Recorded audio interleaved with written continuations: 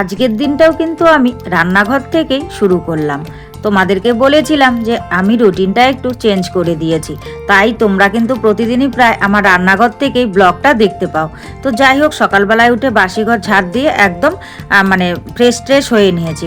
Fresh হয়ে নিয়ে সোজা চলে এসেছিলাম রান্নাঘরে, আর রান্নাঘরের থেকেই কিন্তু ভিডিওটা শুরু করে দিলাম। তো প্রথমেই আমি চা করে নিলাম, চা করে আমার চাটা নিয়ে নিলাম, আর কর্তামশাইয়ের চাটা কিন্তু গ্লাসের মধ্যে রেখে বাটি দিয়ে ঢাকা চাপা দিয়ে রেখে আমার চাটা নিয়ে সোজা এ ঘরে চলে এলাম। এসে একটুখানি খালি পেটে আগে জল খেয়ে নিলাম। আর জানো তো, আজকেও একটা জিনিস ভুলে গেছি। ওই সকালবেলায় ভেবেছিলাম খালি পেটে একটা গ্যাসের ট্যাবলেট খাবো, আসলে পেটটা কেমন যেন করছিল, কিন্তু কি বলতো, একদমই ভুলে গেছি। জলটা খেয়ে চাটা খাওয়ার পর মনে পড়লো আমি তো ভেবেছিলাম একটা গ্যাসের ট্যাবলেট খাবো, কিন্তু ভুলে গেছি। তো কি করা যাবে, আর যেহেতু ভুলে গেছি তাই কিন্তু তারপরেও যখন মনে পড়েছে তখন আর গ্যাসের ট্যাবলেটটা আমি খাইনি, ওটা রেখে দিয়েছি। না খেলে যদি চলে তাহলে আর খাবো কেন, তাই না বলো? এগুলো তো একটা বোধ অভ্যেস। তো সে কারণেই এখন আমি চাটা কিন্তু খেয়ে নিলাম বিস্কিট দিয়ে।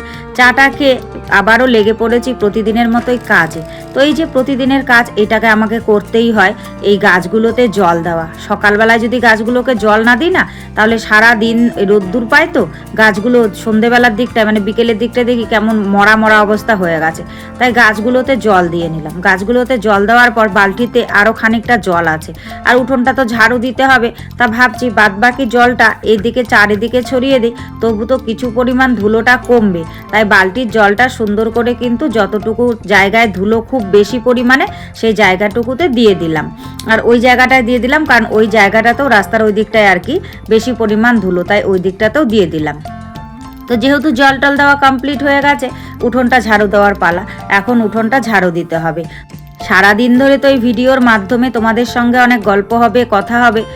চলো উঠোনটা ঝাড়ু দিতে দিতে আগে নিজের পরিচয়টা দিয়ে নিই।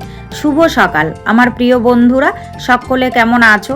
আশা করছি যে যেখান থেকে আমার এই ভিডিওটি দেখছো সকলে ভালো আছো, সুস্থ আছো। আর আমরাও খুব ভালো আছি। অরুণাচল প্রদেশের এই ছোট্ট পাহাড়ি গ্রাম থেকে আমি মামনির সংসারের আরও একটি নতুন ব্লগে তোমাদের সবাইকে স্বাগত জানিয়ে, তোমাদের সবাইকে সাথে নিয়ে আজকের ব্লগটি শুরু করে দিয়েছি। আমি আশা করছি আজকের ব্লগটিও তোমাদের খুব ভালো লাগবে, তাই সম্পূর্ণ ব্লগটি জুড়ে আমার সাথে থাকার অনুরোধ রইল। আজ হলো মঙ্গলবারের সকাল, আর ঘড়ির কাঁটায় বেলা বেজেছিল সকাল 5:35। আর 5:35 থেকেই আমি তোমাদের সবাইকে সাথে নিয়ে আজকের ব্লগটি শুরু করে দিয়েছি। যারা নতুন এসেছো, আমার ব্লগটি যদি ভালো লাগে প্লিজ একটি লাইক করে চ্যানেলটি সাবস্ক্রাইব করে আমার পাশে থেকো। আর যারা আগের থেকেই আমার পাশে আছো তাদেরকে আমার অসংখ্য ধন্যবাদ, আর আমার মন থেকে অনেক অনেক অনেক ভালোবাসা। আজকে সকালের টিফিনটা একটু অন্যরকমভাবে করছি।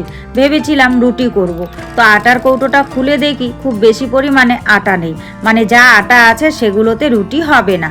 তাই সেই আটাগুলোকে ভাবলাম কি, রুটি যেহেতু করা যাবে না তাহলে গোলা রুটি করে নিই। তাই আটাগুলোকে গুলে নিয়েছি, গুলে নিয়ে কিন্তু আমি সকালের খাবারের জন্য গোলা রুটি করে নিচ্ছি। আর দেখো, গোলা রুটি করতে গিয়ে কিন্তু কড়াইতে আমি এক ফোঁটাও তেল দিইনি, আর উল্টেও দিইনি। খুব সুন্দরভাবে কিন্তু রুটিটা আমার উঠে গেছে। আমি সাধারণত গোলা রুটি এভাবেই করি, তেল ছাড়া। আসলে আগে তেল দিয়ে করতাম, তারপর এভাবে আমাকে আমার শাশুড়ি মা শিখিয়ে দিয়েছে। দেখছি না, এভাবে খেতেই বেশ ভালো লাগে। তোমরাও কিন্তু বন্ধুরা ট্রাই করতে পারো এভাবে তেল ছাড়া গোলা রুটি, দেখবে খেতে বেশ ভালো লাগবে, মুচমুচে হবে। আর ভাবছো উঠবে না, একদম উঠে যাবে। কড়াইটা একটুখানি গরম করে তারপর দিতে হবে, তাহলেই কিন্তু উঠে যাবে। তো সকালের খাবার করে টোরে মেয়ে ঘুম থেকে উঠেছে, মেয়ে ব্রাশ ট্রাশ করছে, কর্তামশাই ঘুম থেকে উঠেছে, ব্রাশ ট্রাশ করছে। এই দিকটায় দেখি ঘরের কর্নারে পাখির কিচিরমিচির। তো এতদিন বাদে আজকে দেখতে পেলাম যে আমার ওই ঘরের কর্নারটার মধ্যে সিলিংয়ের উপরে চড়াই পাখিগুলো বেশ বাসা বেঁধে ওখানেই বাসা করেছে। আর এই জায়গাটা উঁচু ঢিপি ছিল, তোমরা দেখেইছিলে। এটাকে কিন্তু মাঝখানে একদিন আমি কেটে একদম সমান করে জায়গাটা খুঁড়ে রেখেছি। আসলে কি বলতো, সেটা তোমাদের সঙ্গে শেয়ার করা হয়নি। এখানে কিছু বীজ বুনবো, তাই এই জায়গাটা জল দিয়ে ভিজিয়ে দিলাম। এরই মাঝখানে অনেকটা সময় পেরিয়ে গেছে, সকলের টিফিন খাওয়া কমপ্লিট হয়ে গেছে, মেয়েকে রেডি সেডি করিয়ে একদম স্কুলে পৌঁছে দিয়ে এলাম। আর কর্তামশাইও বেরিয়ে চলে গেল ডিউটিতে। এখন ভাবছি যে না, বিছানা গোছানোর কাজটা এই সুযোগে করে নিই। তাই দেখো মশারিটাকে আগে সুন্দর করে গুছিয়ে নিলাম, তারপর বালিশগুলোকে রেখে দিলাম, রেখে দিয়ে ব্ল্যাঙ্কেট দুটোকে আজকে ভাঁজ করেই রাখছি। আজকে কিন্তু আর ব্ল্যাঙ্কেট দুটো রোদ্দুরে মেলবো না, কারণ কি বলতো, আজকে চিন্তা ভাবনা আছে অন্য কিছু রোদ্দুরে মেলে দেওয়ার। তো কি মেলবো তোমরা আমার সাথে থাকো আর দেখতে থাকো। তো দেখো বেডশিটটাকে তুলে নিচ্ছি, বেডশিটটা খুব বেশি দিন হয়নি কেচে দিয়েছি, তবুও তুলে নিলাম, অল্পতেই কেচে দিলে ভালো লাগে। বেডশিটটা যেহেতু তুলে নিয়েছি তাই ভাবছি তোষক দুটোকেও রোদ্দুরে মেলে দিই, তাহলে বেশ ধুলোটা ঝরে পড়ে যাবে। তাই তোষক দুটোকে রোদ্দুরে মেলে দিয়ে এলাম।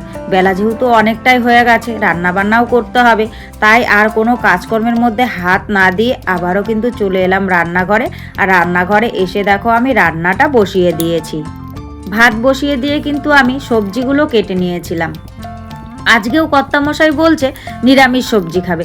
আসলে কালকে সবজিটা ওনার এত ভালো লেগেছে তাই আজকেও বানাতে বলেছে। আর যেহেতু সব রকমের সবজি আছে, তবে আজকে কিন্তু সবজির পরিমাণটা একটুখানি বেশি, আর হচ্ছে কি বলবো ভাগেও বেশি আর কি। হচ্ছে দিয়েছি পেঁপে, ছোট্ট একটা লাউ, আলু, বাঁধাকপি, বেগুন, টমেটো, সব কিছু দিয়ে মিষ্টি মিষ্টি একটা নিরামিষ সবজি করছি। আজকে জানো তো আর কোনো কিছু রান্না করব না, কারণ রান্না করার মতো তেমন কিছু নেই। নিরামিষ তরকারি, ডাল এগুলো আর খেতে চায় না।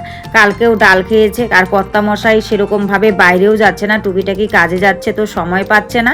তাই কিন্তু আজকে শুধুমাত্র এই তরকারিটাই করেছি। আর যখন মেয়ে বাবা খেতে আসবে তখন সঙ্গে সঙ্গে দুটো ডিম অমলেট করে দেবো, কারণ এখন যদি আমি ডিম অমলেট করে রাখি তাহলে ডিম অমলেটগুলো ঠান্ডা হয়ে যাবে। তাই এখন আর ডিম অমলেট করলাম না, সবজিটা আর ভাতটা নামিয়ে রেখে দিলাম। তো যখন ওরা খেতে বসবে, খেতে বসার আগে আমি ডিমটা অমলেট করে ওদেরকে দিয়ে দেবো। তো বেলা প্রায় 12টা মতন বাজে। এখন দেখো আমি কাপড়গুলো কাচতে এসেছি। ওই সকালের দিকটা না কাপড়গুলো যে বের করেছিলাম মেলে দিয়ে এসে একদম ভুলে গেছি, না হলে কেচে দিয়ে কিন্তু রান্নাটা চাপাতাম। ওই এসে রান্নাঘরে ঢুকেছি, এখন তাড়াহুড়ো করে কেচে দিচ্ছি। তবে কি জানো তো, শুকিয়ে যাবে। আসলে চড়া দিন তো, আর রোদ্দুরটাও খুব ভালো উঠেছে, দেরি করে মেলে দিলে পরেও শুকিয়ে যাবে। তো যেহেতু কাপড়গুলো বেশি নোংরা নয়, একদিনের পরা কাপড়, আর বেডশিটটাও খুব বেশি দিন হয়নি, 3-4 দিনের মতো হয়েছে কেচে দিয়েছিলাম, তো বেডশিটটাও তেমন একটা নোংরা হয়নি, তাই আর ভিজিয়ে বেশিক্ষণ রাখলাম না। আর তাছাড়া সময়ও নেই, অনেকটাই বেলা হয়ে গেছে, আর কখন কেচে দেবো, তাই আর ভিজিয়ে রাখলাম না। ভিজিয়ে কিন্তু সঙ্গে সঙ্গে আমি কেচে দিলাম, কেচে একদম এখন ধুয়ে দিচ্ছি। আর মানে কাপড় কাচার কাজটা সাধারণত আমি এই দিকটাতেই করি, তাহলে জলটা বেশ ওই দিকটায় চলে যায়। আর ঘরের ভিতরে যদি করি না, তাহলে ঘরটাও কিন্তু বেশ কাদা কাদা হয়ে যায়। সে কারণে এই দিকটাই সুন্দর করে কেচে ধুয়ে জলটা এখানেই দেখো ফেলে দিলাম। ফেলে দিয়ে এখন বালতিতে করে নিয়ে চলে যাব কিন্তু কাপড়গুলো মেলে দিতে। আর দেখো তোষকগুলোতেও কিন্তু আমার বেশ ভালো রোদ্দুর লেগেছে।